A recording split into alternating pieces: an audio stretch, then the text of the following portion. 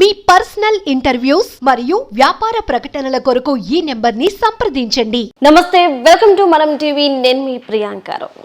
ఈరోజు మనతో పాటు మాట్లాడడానికి senior journalist doctor Bharat Reddy గారు ఉన్నారు. వారితో మాట్లాడి మరిన్ని విషయాలు తెలుసుకుందాం. నమస్కారం సార్. నమస్తే సార్, ప్రస్తుతం చూస్తే సుప్రీంకోర్టు సిబిఐకి విచారణ బాధ్యతలు ఎక్కడ అప్పగిస్తుందా అని చూస్తే కనుక విచారణ బాధ్యతలు అప్పగించకపోయినా మానిటరింగ్ చేసేదైతే సిబిఐ డైరెక్టర్, కానీ ఒక టీంని, స్వతంత్ర దర్యాప్తు సంస్థను ఒక టీంని ఏర్పాటు చేసి లడ్డు వివాదం మీద దర్యాప్తు చేయండి అని చెప్పింది. మరి ఈ దర్యాప్తులో నిజ నిజాలు తేలుతాయా? ఎవరికి సపోర్ట్గా ఉండబోతుంది? అసలు ఏం జరగబోతుంది? విచారణ ఏ కోణంలో ముందుకెళ్తుంది అని అనుకుంటున్నారు? తిరుపతి లడ్డు వివాదం అనేది గత 10-15 రోజుల నుంచి ఆంధ్రప్రదేశ్ రాజకీయాలతో పాటు తెలంగాణ అని కాదు, తిరుపతి అంటే దేశవ్యాప్తంగా ఒక పవిత్రమైన క్షేత్రం. అలాగే తిరుపతి లడ్డుకు అత్యంత అంటే గౌరవించే భక్తులందరూ కూడా గౌరవిస్తారు. లడ్డు కోసం స్పెషల్గా కూడా చూస్తూ ఉంటాం. అలాంటి సందర్భంగా సడన్గా తిరుపతి లడ్డు వివాదం రావడం జరిగింది. అది తిరిగి గతంలో పరిపాలించిన జగన్మోహన్ రెడ్డికి చుట్టుకుంటున్న అంశాన్ని టీడీపీ నాయకులు కానీ స్వయంగా చంద్రబాబు నాయుడు కూడా ప్రకటించడం జరిగింది. ఇంకా లడ్డు కల్తీ అవుతుందనేది అది పెద్ద వివాదంగా మారడం జరిగింది. దానికి కౌంటర్ వేయడానికి జగన్మోహన్ రెడ్డి ప్రయత్నం జరిగింది. రాష్ట్ర ప్రభుత్వం ఏం చేసిందంటే దాని మీద దర్యాప్తు కోసం ఒక సిట్ వేయడం జరిగింది. సిట్ ఏమో మనం చూసినట్టయితే సిట్టు రాష్ట్ర ప్రభుత్వం ఆధీనంలో పనిచేస్తుంది. రాష్ట్ర ప్రభుత్వానికి సంబంధించిన అధికారులే దాన్ని ఏం జరిగింది ఏందని విచారణ ఎంక్వైరీ చేస్తారు.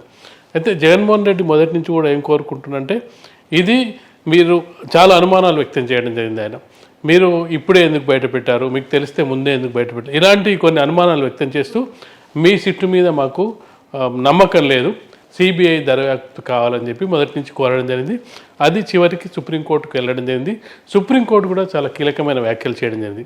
అంటే మధ్యంతర ఉత్తర్వులు ఇచ్చినప్పుడు సుప్రీంకోర్టు చెప్పింది ఏంటంటే, దేవుళ్ళని రాజకీయాలకు లాగకండి, ఒక ముఖ్యమంత్రి హోదాలో ఉన్న వ్యక్తి ఎలా స్టేట్మెంట్స్ ఇస్తారు అది సిట్పై ప్రభావం చూపే అవకాశం ఉంటుంది. ఎందుకంటే సిట్ అనేది రాష్ట్ర ప్రభుత్వ ఆధీనంలో పనిచేస్తూ ఉంటుంది. కాబట్టి ముఖ్యమంత్రి ఏ విధంగా అయితే వ్యాఖ్యానిస్తారో దాని విచారణ కూడా ఆ విధంగా వెళ్ళే అవకాశం ఉంటుంది. కాబట్టి అలా వ్యాఖ్యానించకూడదు, అసలు దేవుళ్ళని రాజకీయాలకు వదిలేయండి. నేను ఏం చెప్పారంటే, వాళ్ళు దేవుళ్ళని మీరు వదిలేయండి, రాజకీయాలు దేవుళ్ళతో చేయకండి అని చెప్పి పూర్తి స్థాయి జడ్జిమెంట్ ఇచ్చిన తరుణంలో సుప్రీంకోర్టు చెప్పింది ఏంటంటే, రాష్ట్ర ప్రభుత్వానికి చెందిన ఒక 2 అధికారులు సిబిఐ అధికారులతో సిబిఐ పర్యవేక్షణలో కేంద్ర ప్రభుత్వ అధికారులను, అంటే పూర్తిగా సిబిఐకి అప్పగించలేదు, అలాగని చెప్పి సిట్ మీద పూర్తి బాధ్యత వదిలేయలేదు. అంటే కేంద్ర ప్రభుత్వానికి సంబంధించిన ఫుడ్ సెక్యూరిటీ ఆఫీసర్స్తో పాటు రాష్ట్ర ప్రభుత్వానికి చెందిన ఆఫీసర్స్, వీటి మొత్తం పర్యవేక్షణ బాధ్యత సిబిఐ విచారించదు, కానీ ఏం జరుగుతుంది అప్డేట్ అని తెలుసుకునే బాధ్యత మాత్రం సిబిఐకి అప్పగించింది. ఒక విధంగా చూసుకున్నట్టయితే జగన్ కోరుకున్నది పూర్తిగా జరగలేదు, అలాగే ఏదైతే రాష్ట్ర ప్రభుత్వం ఏదైతే కోరుకుందో అది కూడా పూర్తి స్థాయిలో జరగలేదు. మధ్య మార్గంగా సుప్రీంకోర్టు ఇరుపక్షాలను సంతృప్తి పరిచే విధంగా ఒక జడ్జిమెంట్ ఇవ్వడం జరిగింది. సరే, ఈ జడ్జిమెంట్ ఏ విధంగా ఇచ్చినప్పటికీ నిజాలు తెలియాల్సిన అవసరం ఉంది. ఎందుకంటే అది అనుమానాలు చాలామందికి ఉన్నాయి. నిజంగానే కల్తీ జరిగిందా, లడ్డూలో కల్తీ జరిగిందా, లడ్డూను హిందువులందరూ కూడా పవిత్రమైన ప్రసాదంగా చూస్తూ ఉంటారు. అలాంటి పరిస్థితుల్లో ఇప్పుడు లడ్డు అంటేనే చాలామందికి అనుమానం వస్తుంది, ఇందులో ఏం కలిసిందో, ఇది స్వచ్ఛమైందో కాదో అనేది ఒక అనుమానం. ఎప్పుడైనా స్వచ్ఛత ఉన్నంతసేపు దానికి పవిత్రత ఉంటుంది. ఎప్పుడైతే ఇది స్వచ్ఛమైంది కాదని తెలిసినప్పటికీ అని మనకు ఒక అనుమానం వస్తే దాన్ని తీసుకోవడానికి కూడా ఇష్టపడరు. మనం ఇటీవల మనకు రికార్డ్స్ రాలే, కానీ నేను అనుకోవడం అయితే ఖచ్చితంగా ఈ నెల రోజుల పరిణామాలు ఖచ్చితంగా లడ్డూపై ప్రభావం పడే అవకాశం ఉంటుంది. గతంలో 5-10 లడ్డూలు తీసుకునే వాళ్ళు ఎందుకు వచ్చిందిలే 1-2 తీసుకుందాం, ఇక్కడికి వచ్చిన అంటే ఆ ప్రభావం లడ్డు విక్రయాలపై ఖచ్చితంగా పడే అవకాశం ఉంటుంది. అంటే టీటీడీ వాళ్ళు ఇప్పటివరకు ఆ లెక్కలు చెప్పకపోయినప్పటికీ ఆ ప్రభావం ఉంటుంది. అయితే దీన్ని ఖచ్చితంగా ఏ వ్యవస్థ అయినా దాన్ని ఖచ్చితంగా బయటకు తీయాల్సిన అవసరం ఉంది. నిజంగానే తప్పు చేశారు, ఈఓ ధర్మారెడ్డి కనిపించట్లేదు అనే వ్యాఖ్యలు వినిపిస్తున్నాయి. అతను ఏమయ్యాడని తెలియట్లేదు, అసలు ఏం జరిగింది, ఎలా జరిగింది, ఎందుకు జరిగింది, జగన్మోహన్ రెడ్డి హయాంలోనే జరిగిందా, జరిగితే జగన్మోహన్ రెడ్డికి తెలిసే జరిగిందా, లేకపోతే తెలియకుండా జరిగిందా, కావాలని చేశారా, ఇవన్నీ ఖచ్చితంగా బయటకు రావాల్సిన అవసరం ఉంది. అప్పుడు ఖచ్చితంగా కూడా దోషి ఎవరో తేలే అవకాశం ఉంది. అంటే ఇప్పుడు మీరు సుప్రీంకోర్టు తీర్పు ఇచ్చిన వెంటనే ఇంతకుముందు నిజంగానే లడ్డూలో నెయ్యిలోని కల్తీ జరిగిందని మీరు ప్రశ్నలు లేవనెత్తారు కాబట్టి ఇప్పుడు చెప్తున్నా. సుప్రీంకోర్టు తీర్పు అయిన వెంటనే కూడా మద్రాస్ హైకోర్టులో ఏవైతే పిల్ దాఖలు చేశారో, ఏఆర్ డైరీ వాళ్ళు పిల్ దాఖలు చేశారో దానికి సంబంధించి మద్రాస్ కోర్టు కూడా వీళ్ళకి రిలీఫ్ ఇచ్చింది. అంటే వీళ్ళు క్లియర్గా మీరు అన్న పాయింట్ వీళ్ళు చక్కగా మెన్షన్ చేశారు. మా నెయ్యిలోనే కల్తీ జరిగిందని మీరు ఎలా చెప్తారు?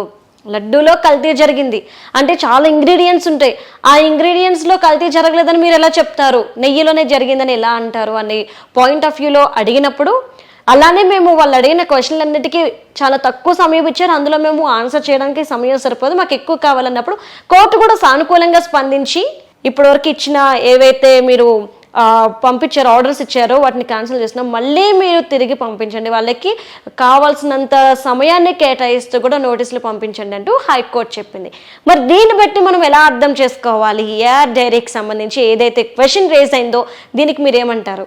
ఖచ్చితంగా ఇప్పుడు ఒకే కోణం నుంచి ఆలోచించినట్టయితే కేవలం నెయ్యిలోనే కల్తీ జరిగింది అనేది అనుమానాలు ఉన్నాయి. వాళ్ళు అనుమానం వ్యక్తం చేసింది మా నెయ్యిలోనే ఎందుకు జరగవచ్చు, మిగతా వాటిలో కూడా జరగవచ్చు, వాళ్ళు ఒక అనుమానం వ్యక్తం చేశారు. అంటే ఎవరికి ఎలాంటి అనుమానాలున్నా తీర్చాల్సిన బాధ్యత ప్రభుత్వంపై ఉంది, లేదంటే ఎవరైతే ఎంక్వైరీకి సంబంధించిన ఎక్కడైతే మద్రాస్ హైకోర్టు ఇచ్చిన దానికి కంటిన్యూస్గా మనం చూడొచ్చు. ఇప్పుడు సుప్రీంకోర్టు ఇచ్చింది కూడా దాదాపు సరిసమానంగానే ఉంది. వీళ్ళు ఎంక్వైరీ ఎవరు చేయాలని చెప్పి తేల్చి చెప్పడం జరిగింది. మద్రాస్ హైకోర్టు కొంత రిలీఫ్ ఇవ్వడం జరిగింది. మొత్తానికి చూసుకున్నట్టయితే ఇది ఏకపక్షంగా సాగట్లేదు.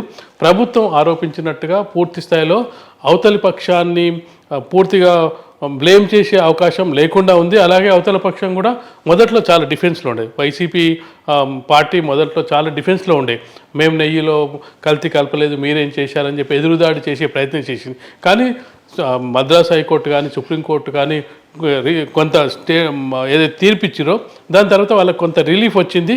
వాళ్ళు కొంత ముందుకు సాగడానికి, వాళ్ళు ప్రభుత్వంపై మళ్ళీ విమర్శ చేయడానికి అవకాశం వచ్చింది. కాబట్టి ఇప్పుడు భక్తుల మనోభావాలను గౌరవించాల్సిన అవసరం ఉంది ఖచ్చితంగా. ఇంకా దీనికోసం అంటే ఎక్కువ రాజకీయం చేయకుండా ఉంటే మంచిది. ఎందుకంటే సుప్రీంకోర్టు బాధ్యతాయుతంగా ఒక తీర్పుని ఇవ్వడం జరిగింది. ఆ తీర్పులో భాగంగా ఎవరు ఎంక్వైరీ చేయాలని చెప్పడం జరిగింది.